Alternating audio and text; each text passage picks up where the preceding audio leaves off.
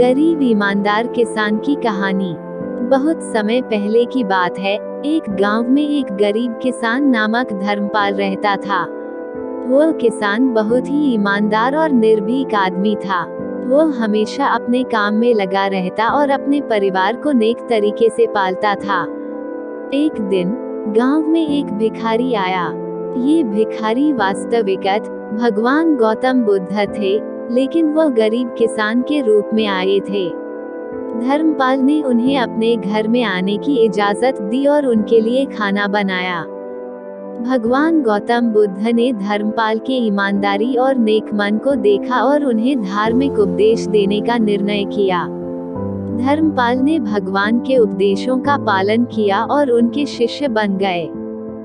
धर्मपाल के नेक मन, ईमानदारी और अच्छे कर्मों की प्रेरणा से वह गरीबी से बाहर निकलकर अमीर हो गए।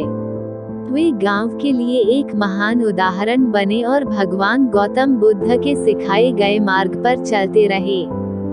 इस कहानी से हमें ये सीखने को मिलता है कि ईमानदारी, नेक मन और अच्छे कर्म हमेशा सफलता की ओर ले जाते हैं, चाहे हम गरीब हों या अमीर। भगवान गौतम बुद्ध के उपदेशों का पालन करने से हम अपने जीवन को महत्वपूर्ण और सफल बना सकते हैं। उपदेश से कर्म श्रेष्ठ है। गौतम बुद्ध को उनके अनुयायी यदि स्नेह से कहीं बुलाते तो वे अवश्य जाते।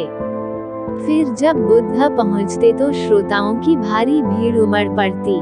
बुद्ध के वचनों में जो अमृतत्व होता था, उसका पान करना सभी को प्रीतिकर लगता था। उनके उपदेशों में ऐसा कुछ अवश्य होता था जिससे गंभीर समस्याएं सुलझ जाती और कुछ न कुछ सार्थक भी प्राप्त होता। एक गरीब किसान गौतम बुद्ध का बहुत बड़ा भक्त था। एक दिन वो बुद्ध के पास आया और अपने गांव आने का आग्रह किया। बुद्ध उसके को गांव पहुंचे तो सारा गांव उन्हें देखने व सुनने के लिए उमड़ पड़ा, किंतु वह किसान नहीं आया। हुआ ये कि उसी दिन किसान के बैलों की जोड़ी कहीं खो गई। किसान इस दुविधा में रहा कि बुद्ध का प्रवचन सुने या अपने बैलों को खोजे। काफी सोचने के बाद उसने अपने बैलों को खोजने का निर्णय किया।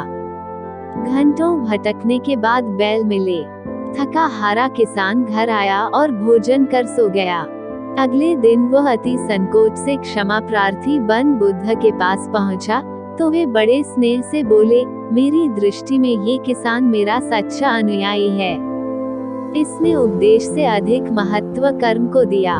यदि यह कल बैलों को न ढूंढते हुए उपदेश सुनता तो मेरी बातें इसकी समझ में नहीं आती, क्योंकि मन बैलों में अटका रहता। इसने कर्म को महत्व देकर प्रशंसनीय काम किया। सार यह है कि हम जहाँ जिस भूमिका में हों, उसका ईमानदारी से निर्वाह करें। यही सच्ची आध्यात्मिकता है, क्योंकि प्रत्येक धर्म कर्म को ही सर्वोपरि महत्व देता है।